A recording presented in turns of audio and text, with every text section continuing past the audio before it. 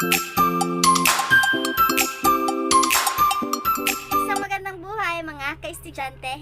Muli, ako si Jessica Ramores mula sa BEd3 Block A.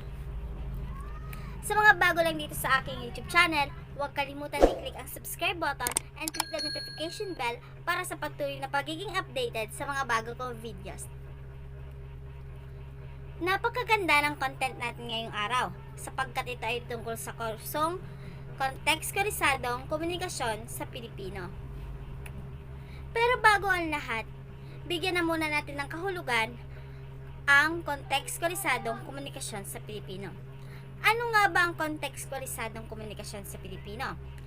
Ang kursong kontekstualisadong komunikasyon sa Pilipino ay isang praktikal na kursong nagpapalawak at nagpapalalim sa kontekstualisadong komunikasyon sa wika Pilipino ng mga mamamayang Pilipino, sa kanilang komunidad, sa partikular at sa buong lipunang Pilipinong pangkalahatan.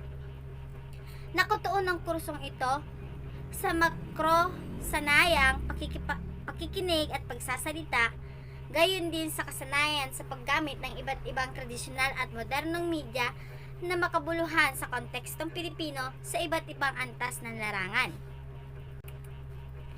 Ngayon, ibabahagi ko sa inyo ang mga mahalagang paksa na dapat natin tandaan sa asignaturang kontekstualisadong komunikasyon sa Pilipino. Ang una, ang denotasyon at konotasyon. Pag sinabi nating denotasyon, ito ay kahulugan ng salita na matatagpuan lamang sa diksyonaryo. Halimbawa nito, pulang rosas. Ito ay uri ng bulaklak na tinatawag na rosas na may karaniwang kulay na pula. Pag sinabi naman natin konotasyon, ito ay may pansariling kahulugan ng isa o grupo ng tao sa isang salita.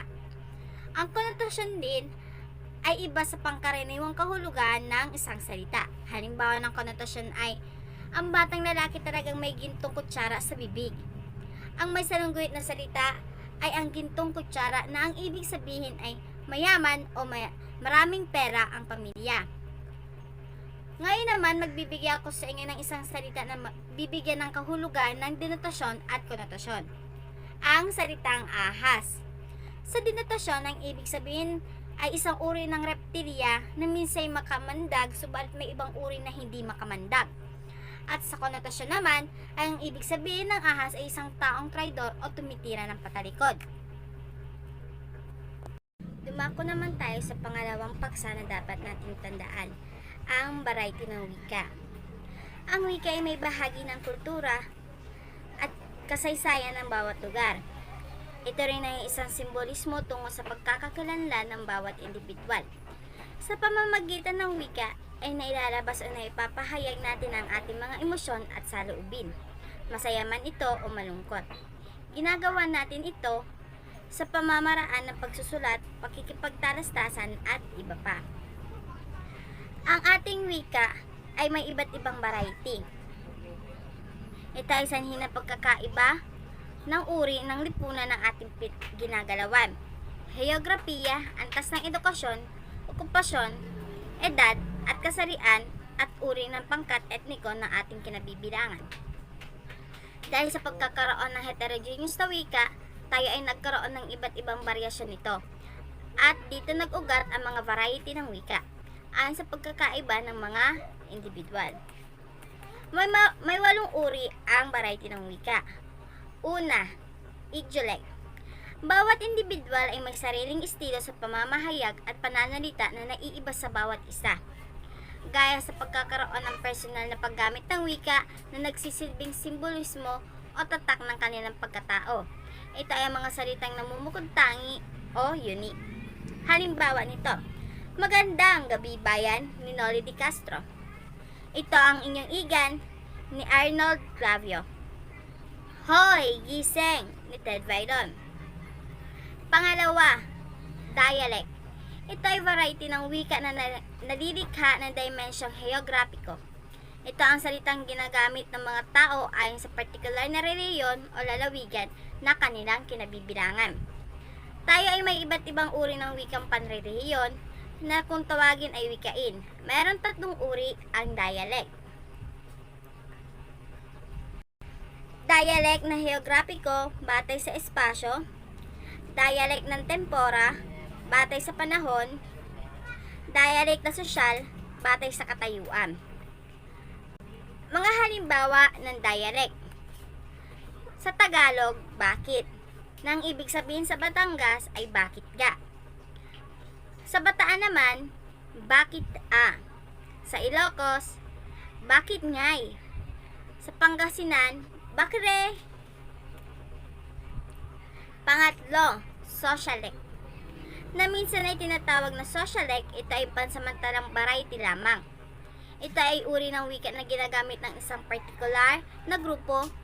Ang mga salitang ito ay may kinalaman sa katayuang sosyo-ekonomiko at kasarian ng individual na gumagamit ng mga naturang salita.